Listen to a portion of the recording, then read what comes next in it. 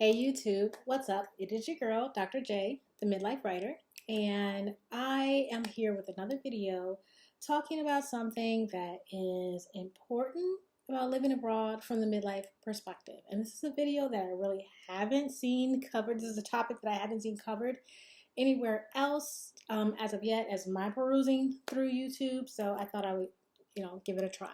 And so I'm going to be talking about perimenopause and moving abroad. So I do have some notes. So if you see me looking to the side of the screen, it's just because when I do these videos, I really want to take notes so that I'm not just like talking in circles. And I also want to make sure that I'm citing my sources. So I got on my vintage 1975 t-shirt to kind of set the mood. And so here we go in talking about perimenopause and how it really can impact you when you move abroad. So first, we want to start with some definitions, okay? And so if you are a woman who hasn't yet had a hysterectomy and you move abroad, chances are you're going to be dealing with perimenopause.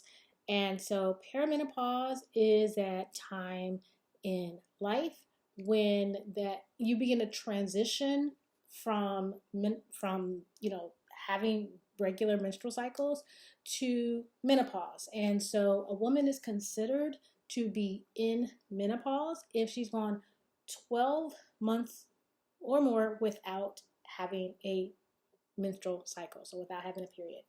And so according to the Cleveland Clinic, perimenopause starts it begins in your 40s, but some people begin as early as their 30s and some as late as their 50s. And perimenopause can last between 4 and 8 years. Yes, I said years. And so perimenopause is kind of like puberty, going through puberty in your teens. It impacts a lot of things, but it's worse because you are having these big changes in your emotions and your body and all this other sort of stuff. But you also have bills, right? You got to take care of other folks. And so that is what makes perimenopause just so much. And so a lot of people have heard about, oh, you have hot flashes and your cycle can be a little bit erratic. But menopause is way more than that. And so I'm going to be talking about some of the most common effects or common symptoms of perimenopause and how those symptoms can impact your interpretation of how you're adjusting to living abroad. And so we're going to do that. Again, remember, I stay in my lane. So I am talking about the perimenopause experience. From my experience, I'm a PhD, not a clinician, so I'm not a medical doctor, so I'm not giving medical advice or medical information in any way, shape, or form. If you have any questions or concerns that are of medical nature, I definitely recommend you contact your primary healthcare provider and get support there. So basically, what's happening to your body will pretty much have an impact on how you're adjusting. And depending on when you move abroad in your midlife, you could either be beginning perimenopause or in the middle of perimenopause or the end of perimenopause, because everybody starts at a different time. Like I mentioned earlier, people usually start in their 40s, but some people have started as early as in their 30s. Some people have started as late as in their 50s. And some people are lucky enough where like 12 months from start to menopause, like when they miss their first period, they never have another one. Other folks, 8 years is not outside the range of the normal that you can be having these various symptoms. And so let's get into what some of those symptoms are. So the first one that I talked about as a sign and symptom of perimenopause, again from the Cleveland Clinic, is to look at irregular periods, okay? And so for some people, that means skipping a period. Remember, you're not in menopause until you have skipped 12 consecutive periods. So you might go 5-6 months without a period and then have a period. You're still in perimenopause. And so for some people, it's irregular. Is they have a lot of time between them. Other folks, your irregular periods mean you're having periods more often. And so, like for me, I used to have like a 28-day schedule, like clockwork, set my watch to it. When I went into perimenopause, no setting a clock to it. I have to like literally keep track on my phone. And so it's now sporadic where it can be anywhere from 23 days, 22, 23 days, up to 30 days. But it's more common on that 23-day schedule. And that means that often I'm having more than one period a month. And so the way that that impacted my move abroad is that I really did not want to be trying out new feminine hygiene products in the midst of an international move, especially moving into a space where maybe when I'm going into the grocery stores or the stores to get products, I don't know the language. And so I can't read the intricacies of those particular products. And so I wanted to bring at least some sort of a supply with me. And so I wanted to pack at least a 6-month supply.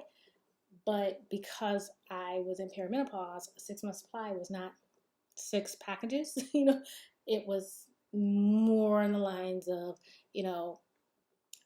12 packages to get me through 6 months, And so that is something that to consider when you're thinking about packing.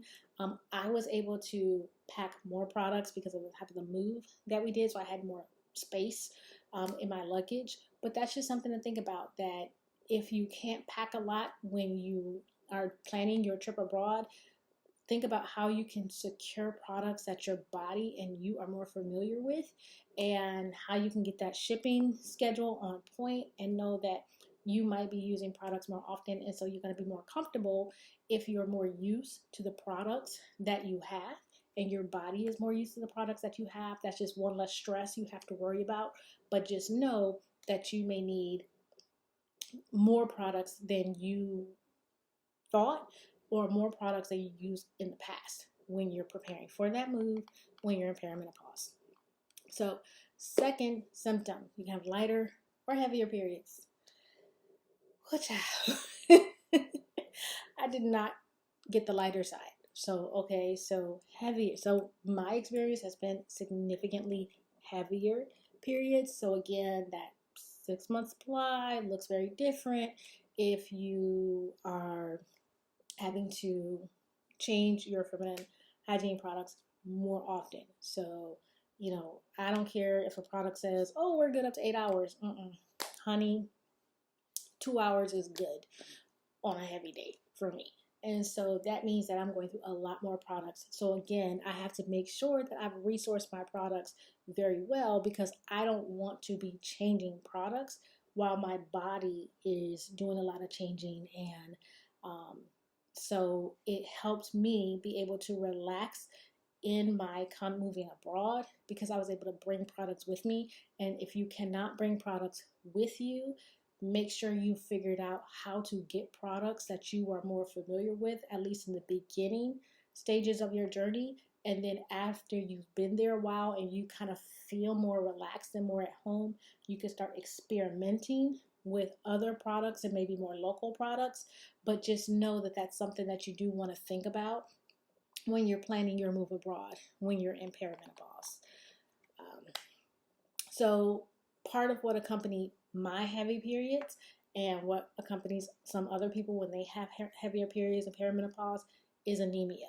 And so how my anemia manifested and how I was officially diagnosed with anemia even before I moved abroad was extreme fatigue. Like, that is why I got tested for anemia, because of extreme fatigue. And the reason why you want to be aware of that is because, one, you may have to have medical intervention for your anemia, but even if you don't have to have medical intervention, when you move abroad, particularly if you're moving into a space with a very different time zone, I went into a space where I had a 14-hour time difference. And so when you're constantly tired, you could feel like your body isn't adjusting, like, oh, my body isn't adjusting to the time change. That wasn't what had me tired. it was actually anemia from my heavier periods from perimenopause that had me tired. So it wasn't that my body didn't like this new time zone. It was that my body was dealing with perimenopause. And so again, that's something to keep in mind, because sometimes, we can be stressed out if we're thinking like, my body's not adjusting, my body doesn't want to be here. Is my body telling me something?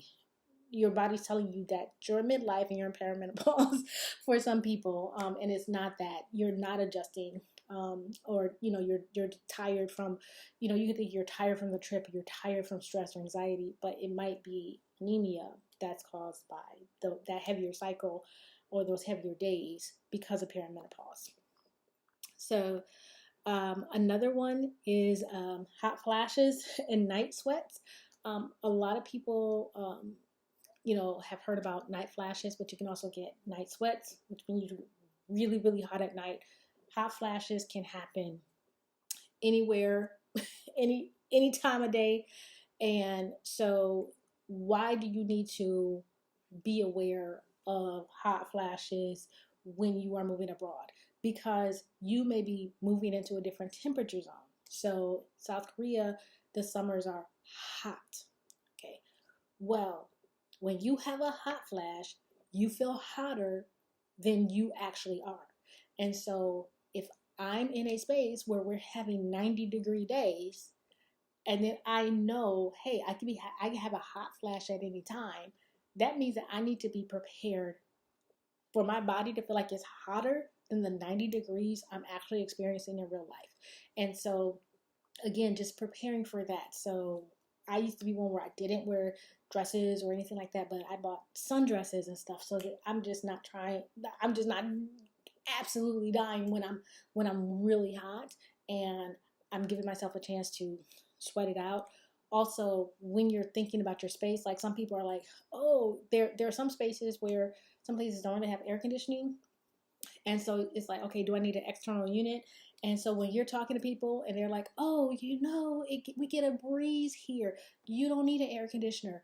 You need to talk to somebody who's in midlife, who gets hot flashes or who gets night sweats.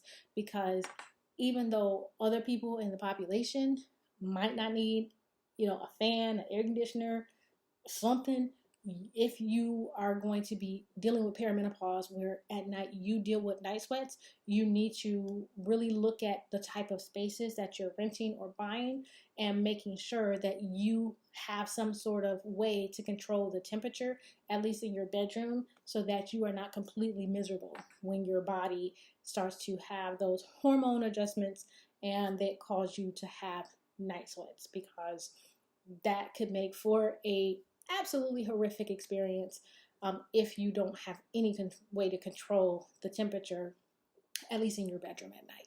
So when you're thinking about spaces to rent, think about, is it going to be possible for me to control the temperature in this space at all if my body is just taking me through? Because remember, perimenopause can last on average 4 to 8 years. And so this is not, for some people, going to be like, oh, I'm going to be dealing with night sweats, a few months and then I'm going to be done. It could be, I might experience night sweats for 36 months or for 45 months. And so that's, something that you want to think about, and that's really going to impact kind of your enjoyment of the space that you're in. So next symptom, okay, dryness in your vajayjay area. I'm not sure exactly what I can say on YouTube, but down there, the girl, right? And so vaginal dryness means that you want to think about how your body is adapting, right? So I know for me, water in South Korea can have a drying effect. So at least for my skin, when I first got here, it would be dry just from using the water, even though in like my bathroom, there was already a water filter on for my bathroom shower, but still I was getting dry. And so for me, I found that using a dehumidifier helped my skin not be so dry. I don't know the science behind why taking extra water out of the air helped my skin not feel so dry. It just worked for me. It could be the placebo effect. I know that that's real, but for me, that helps. But just know that if you if the water is going to have a drying effect on your skin, and perimenopause is already having your JJ have it be drier, just know that the water dryness, the drying effect of the water can, or the harshness of the water can compound that dryness. And so for me, again, this is not medical advice. This what your girl did. I started to use a vaginal cleanser instead of just my, like Dove soap, and that seemed to help with that drying effect. Come on, we just being real, ladies. And those who are going through perimenopause. Okay, so we're just being real about that, and I'm trying to help your broad experience. But this is something, again, I've literally never heard anybody talk about how water drying your skin can be compounded if you are dealing with dryness already because of perimenopause. And so that's something to think about, something that you might have to pack as well, because if you don't speak the language or you're trying to buy products for that area and you want to make sure you know exactly what's in that product, then you're probably going to have to buy products in English. So can you buy them and bring them, or can they be shipped to you? Or is there a place where you can go where you know exactly what you're buying and what you're using? So, I don't know how it impacts, like if you wear makeup or anything. I don't wear makeup. I haven't worn makeup in 20 years. It's not, it's not, so I can't comment on that, but that's maybe something you want to ask people about. I know my face did get dry, but I'm not sure how it works with makeup because I'm not a makeup person. So I can't really comment on that, but it might have an impact on that as well. So it's just something to think about for all of your hygiene.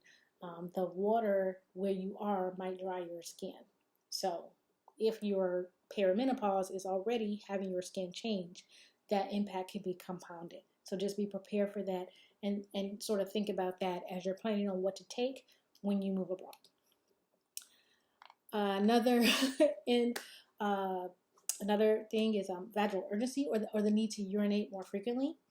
And so if you don't know that this is a symptom of perimenopause, you might be like, oh, my body's not adjusting. Why do I have to use the bathroom so much? But that is a perimenopause common symptom, is urgency of urination or having to use the bathroom a lot. Luckily for me, in the area of South Korea that I'm in, and kind of in the other spaces that I've been, like Seoul and things like that, there are public bathrooms everywhere. And oh my goodness, thankfully, the bathrooms here are so clean. First of all, you have a whole door, no gaps. United States, why are there gaps? Okay, and the doors are like the doors are great. The bathrooms have been amazing, and there's bathrooms everywhere. I never have to use a bathroom, look around, and there's not a bathroom available to me. But that is something that you want to keep in mind. Now, one time since I've been here, have I experienced a squatty potty.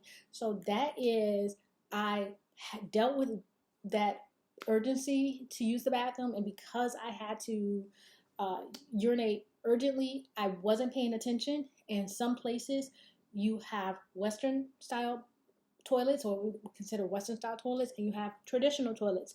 And traditional toilets are when you are literally squatting over a hole in the ground. They flush because these are modern toilets, but they're traditional modern toilets. So I had to urinate, wasn't looking, because the door clearly says, so if you're in a place in South Korea and they have both types of bathrooms, it clearly tells you what type of bathroom you're going in. But when you got to go, sometimes you're not paying good attention. And I went in there and I was like, and it was a situation I didn't have time to make a different choice because I had to go. And so your girl had the opportunity to see if these Meg Stallion knees, before Meg Stallion was born, could still drop it like it was hot. And I was able to make it work. So my knees did not fail me, but just know that that's something that can happen when you're abroad and you're in a new space, right? So you could encounter a toilet that's in the ground and you squat and you know like I didn't know that going into it, and so I just want to let you know that those are just experiences that you may have, because nobody told me about squatting toilets before I got here, and I experienced one, and it was an emergency because of a perimenopause symptom that I was experiencing at the time. So just wanted to let you know that. So the last two symptoms that I want to talk about are the ones that I think have the most impact on your travel abroad or living abroad experience. And the first one is sleep problems, including insomnia. Insomnia is a very common perimenopause symptom. And again, when you are moving time zones, you might think that, oh, I'm not able to sleep at night because my body is not adjusting to the time change that I'm in. But it actually could be insomnia that is induced because of your perimenopause. And so for me, it worked in my favor because, like I told you guys, my eldest is in college. He's still in the States. My mother's still in the States. I have siblings, the family and friends that are still in the States. So when I can't sleep, and it's the middle of the night for me, it's the afternoon for them. So I can still talk to them. I can text. I can, Zoom. I can FaceTime. I can do all of those things. So it actually works in my favor when I can't sleep, because that's really a good time for me to connect with other folks who our time zones are really kind of crazy with each other. But just know that if I didn't know that it was a perimenopause symptom, I might think that, oh, is this, stress from me not being happy here? Is my body telling me this wasn't the right decision? No, it's not that. It's my body telling me I'm 48, I'm in perimenopause, and so that's going to be something that I have. Now, insomnia can be signs of other things too. So I'm not a clinician. I'm not your doctor. So I'm not telling you that you should ignore insomnia and just woo it away. I'm just saying that it is a common symptom in perimenopause. And so that's something that you want to be aware of when you do move abroad, if you're moving into a very different time zone.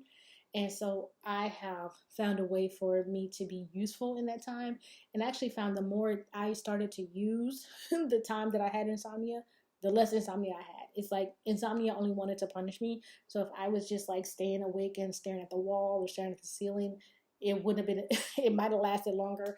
But now I find myself being able to sleep longer at night. And I think it's because I was like getting used to having my regular conversation with my kid, with my mom, with my siblings during a particular time of day. So just wanted to put that out there, that really can impact you. And the last one that I think is a really big deal is changes in mood, including irritability and depression.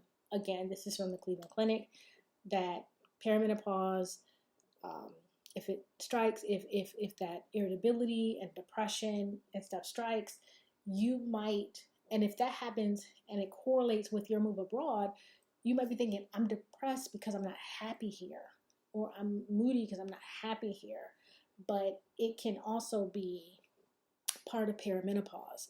And so, just know that if you haven't dealt with depression before and you start to experience depression when you move abroad, check to see if it's a sign of if it's a symptom of your perimenopause, or if it's really, this is not the space or the place for me at this particular time. Because it could be that this is not the space or the place for you at this particular time, but it could also be just your body going through the change, and that is a symptom that you can experience while you're going through the change, and know that it's normal. I'm not saying that you shouldn't do things to address your depression, irritability, those sort of things. I'm not a clinician, so I'm not going to give advice on how you address those things. Everybody should address those things in different ways. There are a lot of options for you. Speak with your healthcare provider about potential options, because the things that I do may not help for you because it may be different for you. But there's definitely things that I do. And I also have reminded my spouse and my kids, like, hey, when you are dealing with extreme hormonal changes, you don't always get to control how you feel. So if mom seems irritated or if I'm snapping at you, like, I'm not saying excuse it. Check me on it and be like, hey, are you okay? Uh, I will come back. Sometimes if I'm snappy or whatever, and I'll be like, hey, I apologize. You can check me on it. I don't get to mistreat you. I don't get to take my frustration out on you. My hormones don't get to take their frustrations out on you. But it is something that I am aware of. And if I don't seem to be tapped into that, feel free to remind me and be like, hey, wife, you kind of hurt my feelings there. Was that intentional? Like, and then I try to be very cognizant of how I am feeling as well, because it is something that I want to make sure that I'm dealing with and I'm staying on top of. Because it doesn't matter how normal it is. That doesn't mean that I don't want to be irritated easily for 8 years, right? And I don't want that to define everybody's interactions with me for 8 long years, because at the end of that 8 years, I don't want all of my relationships to have deteriorated because I've been angry.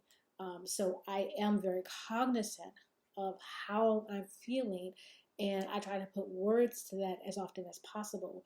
But I just want to bring that up for you so that you will know, hey, this is a symptom that is common, and I need to be aware of it, and I need to think about strategies to address it. But also that, it can be like you might be thinking that this new country isn't for you, or you're not happy in this new space because it is a new space. If you don't already, recognize that it can also be a very real and common symptom um, of perimenopause. There's other symptoms of perimenopause, like itching, being really itchy, and you can think, like, does this place have bed bugs? I just moved to this place. They must have bed bugs because I'm itching all the time, and I used to itch before, like body itching, perimenopause sign. There's a whole lot of stuff that are perimenopause signs. I'm not gonna go through all of them, but I just wanted to put this out there because we're midlife, right? We're vintage, we're amazing, but also we do have to be aware of the changes in our bodies and the impacts that things can have on our body, and how that can impact how we interpret the experience that we're having as we go and as we move abroad, as we go into new spaces, as we experience new spaces, and how can we make that transition as beautiful as possible. Everyone deserves this journey to be beautiful for them. So I want to help you do that by being open and honest as you prepare to move abroad in midlife. Thanks again. That's it for today. It is Dr. J, the Midlife Writer. Bye-bye.